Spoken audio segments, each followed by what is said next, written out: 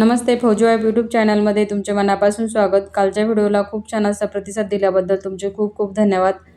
आज मी बनवणार आहे आंब्याचा मुरंबा। त्यासाठी साहित्य बघा काय काय घेतले आहे ते। अर्धा किलो आंबे घेतले आहे, धुवून घेतले आहे।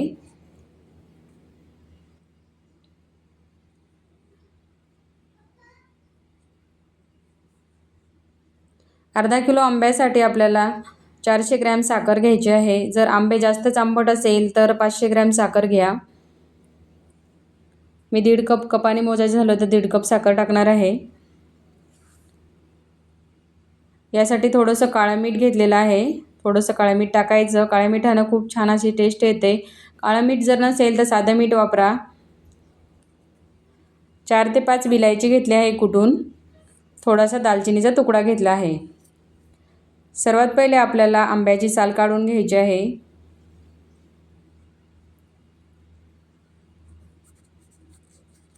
अजून तरी आंबे खूप सारे मिळतात, तोपर्यंत तुम्ही पण एक वेळेस नक्की बनवा।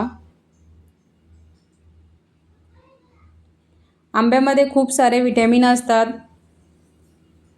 काहींना कच्चे आंबे आवडत नाही, साधारण मलाच कच्चे आंबे आवडत नाही। असं मुरंबा बनवला किंवा गुळ आंबा बनवला खट्टा मिठा तो तरी खाल्ला जातो, त्यातून तरी आपल्याला विटॅमिन मिळतात। मी कच्चे आंबे कधीच खात नाही।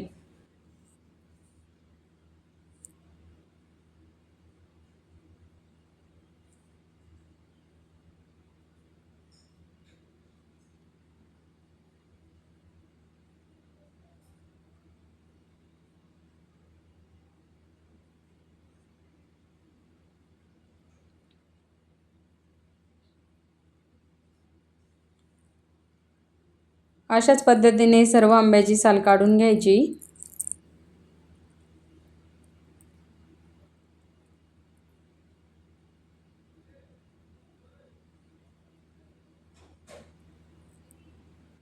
तुम्ही हा व्हिडिओ कोणत्या गावातून कोणत्या जिल्ह्यातून बघत आहात कमेंट करून सांगा, जेणेकरून मला वाटेल माझे व्हिडिओ कुठपर्यंत पोहोचताय।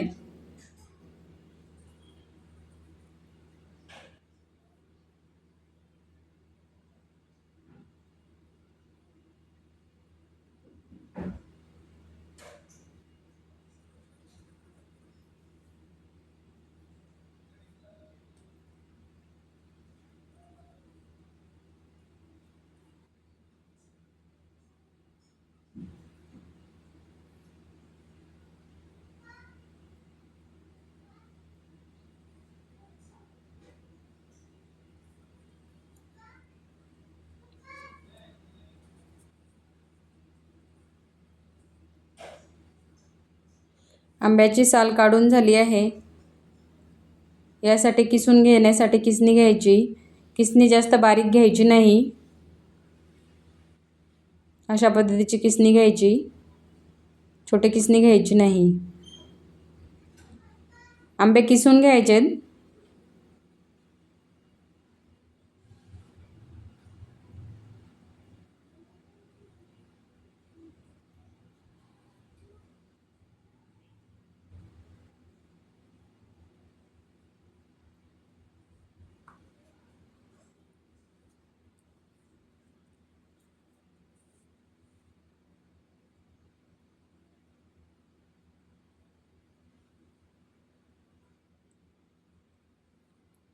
अशा पद्धतीने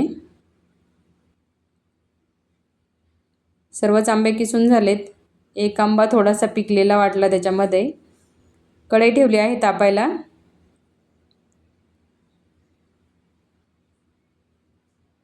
किसलेला आंबा टाकून घ्यायचा त्यामध्ये।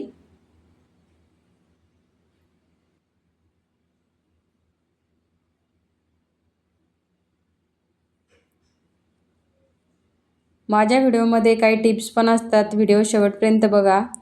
यामध्ये साखर टाकून घ्यायची। 1.5 कप साखर टाकते मी यामध्ये।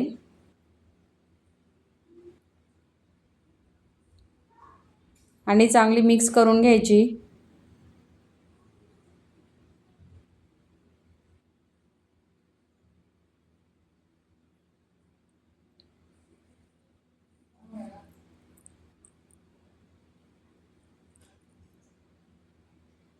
यासाठी जाड बुडाचीच कढई घ्यायची किंवा स्टीलचं पातेलं घ्यायचं. खाली लागणार नाही याची काळजी पण घ्यायची.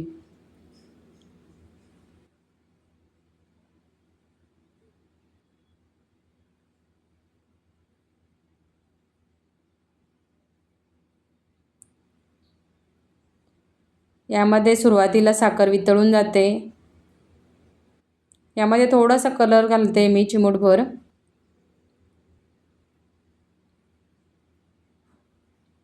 मुलांना दिसायला छान वाटेल म्हणून. खाण्याचा कलर.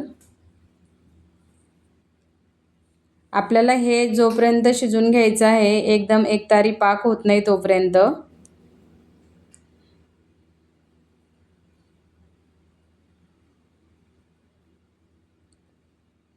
आता एक चिमूटभर यामध्ये आपल्याला घालायचं आहे नमक.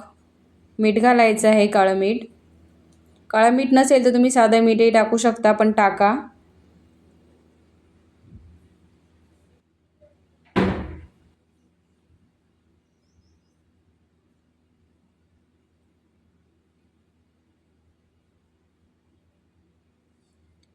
याचा एकतारी पाक होत नाही तोपर्यंत शिजू द्यायचं. विलायची पावडर टाकून घ्यायची.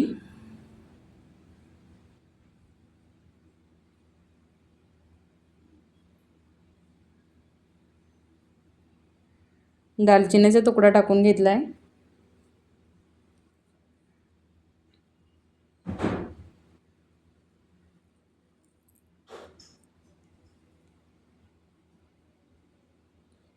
असा एकतारी पाक झाला याचा, बघू शकता.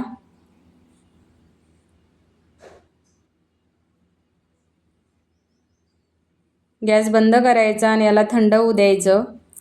फॅन खाली थंड करून घ्या, नाही तर असे थंड करून घ्या याला.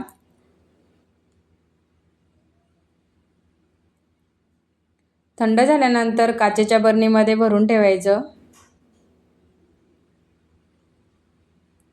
तुम्हाला ही रेसिपी कशी वाटली नक्की कमेंट करून सांगा.